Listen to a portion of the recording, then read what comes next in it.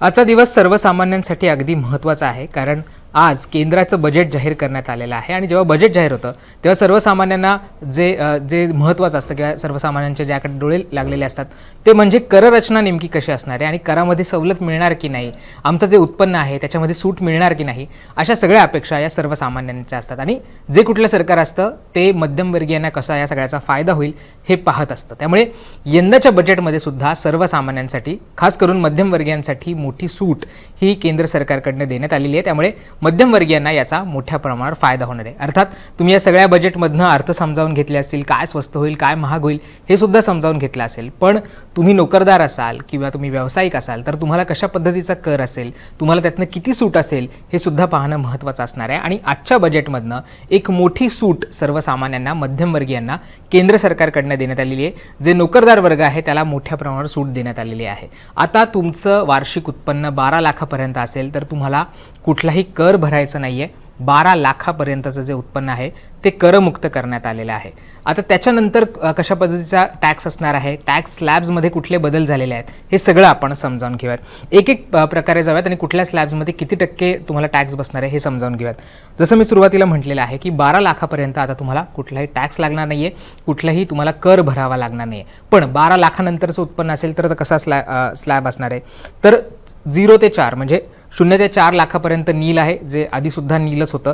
त्याच्यानंतर 4 ते 8 लाख तुमचं उत्पन्न असेल तर 5% म्हणजे 5% तुम्हाला टॅक्स भरावा लागणार आहे। आता तुम्हाला प्रश्न पडला असेल की 12 लाखापर्यंत जर एक्झम्प्ट करण्यात आलेलं आहे तर 4 ते 8 लाखाला 5% कसं, तर 12 लाखाच्या वरती तुमचं जेवढं उत्पन्न असेल त्याच्यावर 4 लाखापासूनचा जो स्लॅब आहे त्याच्याप्रमाणे तुम्हाला टॅक्स पडणार आहे। त्यामुळे 0 ते 4 लाखापर्यंत तर नील आहे, 4 ते 8 लाखापर्यंतच्या उत्पन्नाला 5% टॅक्स बसणार आहे।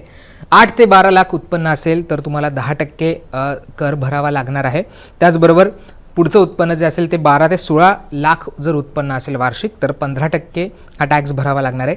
16 ते 20 लाखासाठी 20%ची स्लॅब आता घालून देण्यात आली आहे।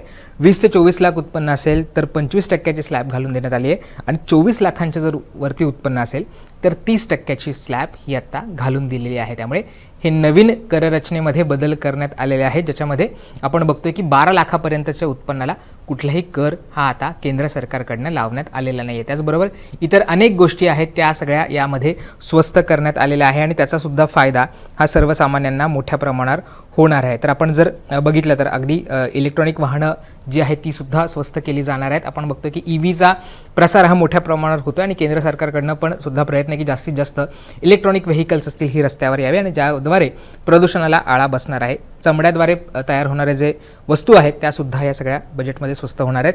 भारतीय बनावटीचे कपडे असतील ते सुद्धा स्वस्त होतील। देशात वैद्यकीय उपकरणं सुद्धा या सगळ्या पुढच्या काळामध्ये स्वस्त होणार आहेत। कॅन्सरच्या औषधांवरील कस्टम ड्युटी सुद्धा आता केंद्र सरकारकडने हटवण्यात आलेली आहे। त्यामुळे आपण बघतोय की अनेक गोष्टी आहेत त्या सगळ्या स्वस्त होत आहेत आणि सर्वात महत्त्वाचं म्हणजे सर्वसामान्यांना या सगळ्या बजेटमधनं मोठा दिलासा द्यायचा प्रयत्न हा केंद्र सरकारकडनं करण्यात आलेला आहे, बजेटमधनं करण्यात आलेला आहे आणि 12 लाखांपर्यंतचं जे उत्पन्न आहे ते करमुक्त करण्यात आलेलं आहे। मी तुम्हाला सगळे स्लॅब सांगितली, पुन्हा एकदा ती स्लॅब सांगतो। 12 लाखांपर्यंत कुठलाही कर नाही आहे, 0 ते 4 लाखापर्यंत हा आधीसुद्धा कर नव्हता त्यामुळे ते नील असणार आहे।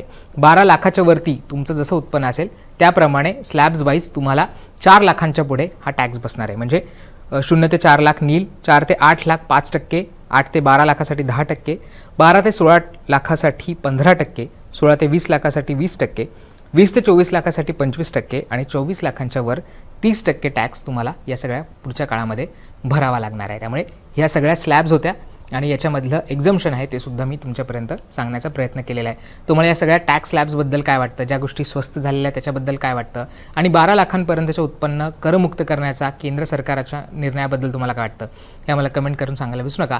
आणि आजच्या बजेटमधलं सगळं विश्लेषण असेल किंवा या संदर्भातले व्हिडिओ असतील ते तुम्हाला मुंबई तकवर पाहायला मिळतील। त्यामुळे मुंबई तक सबस्क्राईब केलं असेल तर ते करायला विसरू नका। बेल आयकॉनवर क्लिक केलं तर तुम्हाला या सगळ्या संदर्भातले अपडेटसुद्धा मिळतील। पाहत राहा मुंबई तक।